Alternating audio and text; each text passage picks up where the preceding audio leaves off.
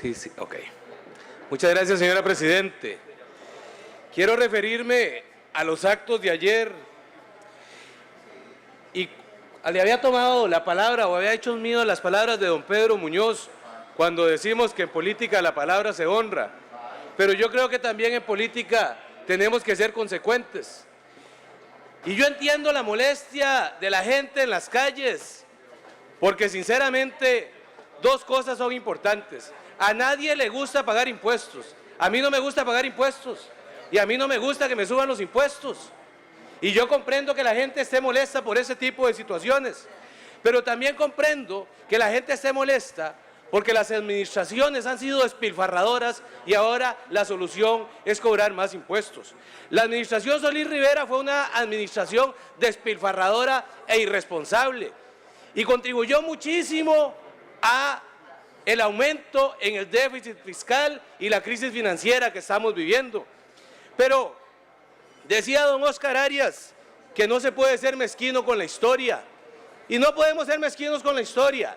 El déficit fiscal no es producto exclusivamente de la administración Solís Rivera. El déficit fiscal viene cuando se presentó en la administración Arias Sánchez el plan escudo, y cuando a través de ello también se presentó el percentil 50, y ese fue uno de los disparadores del déficit fiscal que tiene Costa Rica. En los años de la administración Arias hubo 2 años con superávit fiscal, pero esos 2 años se le debe a la labor que había hecho la administración Pacheco de la Espriella.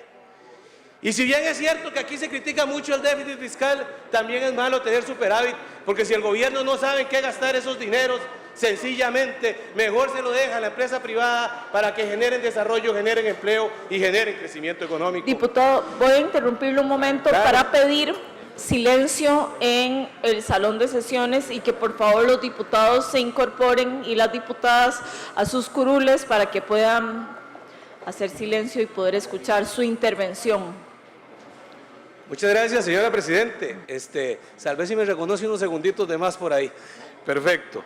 Y entonces decía que tenemos que ser consecuentes con todo este tipo de cosas. Ayer don Otto decía que él se sentía muy triste por las ofensas que recibía en las calles.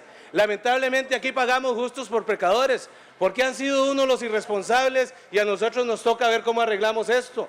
Entonces, como se dice popularmente, aquí uno se come la piña y a otros les duele la panza.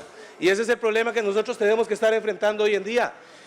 Entonces hay que ser consecuentes, y hay que ser consecuentes cuando yo me acuerdo que el Partido Acción Ciudadana tenía como bandera la anticorrupción. Y don Denis Torres, que denunció la soda de lujo de $2 millones, a don Denis Torres, el ministro de Agricultura, lo que quiere es despedirlo, lo que quiere es echarlo y lo que quiere es perseguirlo. Entonces tenemos que ser consecuentes. Atacamos la corrupción, pero cuando un funcionario valiente denuncia los actos de corrupción en el Ministerio de Agricultura y Ganadería, el precio es decirle, vamos a ver cómo lo despedimos. Porque este señor ministro de Agricultura, yo lo oigo hablar y me recuerda el siglo XIV y el siglo XV, cuando estábamos con el mercantilismo y el proteccionismo. A mí me da vergüenza. Y tras de eso persigue a don Denis Torres por denunciar la soda de $2 millones que está en el Ministerio de Agricultura y Ganadería. ¿Por qué no denuncia a los que hicieron esa soda? ¿Por qué no investiga a quienes dieron esa concesión de esa soda? Ah, pero a don Denis, que tuvo el valor de denunciarlo, a él sí lo va a perseguir. Y por eso digo yo que hay que ser consecuentes. Y aquí, compañeros del PAC, permítame decirles, yo entiendo que nosotros tenemos que arreglar este asunto, pero no se vale el asunto de borrón y cuenta nueva y superemos la campaña política. Yo no puedo superar la campaña política por algo muy sencillo, porque lo que uno le ofrece al electorado uno tiene que cumplirlo. Ahí hay un pacto y un contrato social y el PAC no lo ha cumplido. El PAC le emitió a Costa Rica, el PAC llegó al poder siendo inconsecuente y nos piden que seamos consecuentes. Sin embargo, he de ser claro que en esta responsabilidad histórica que tenemos, nosotros tenemos la obligación de aprobar una reforma fiscal.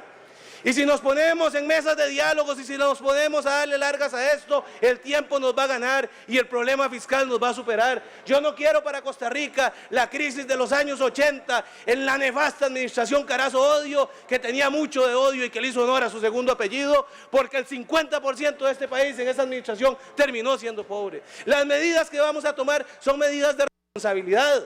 Son medidas que no son populares, pero son medidas que tenemos que tomar. Si nos ponemos a pensar cuál es la reforma fiscal que ocupamos y si le preguntamos por una reforma fiscal para tratar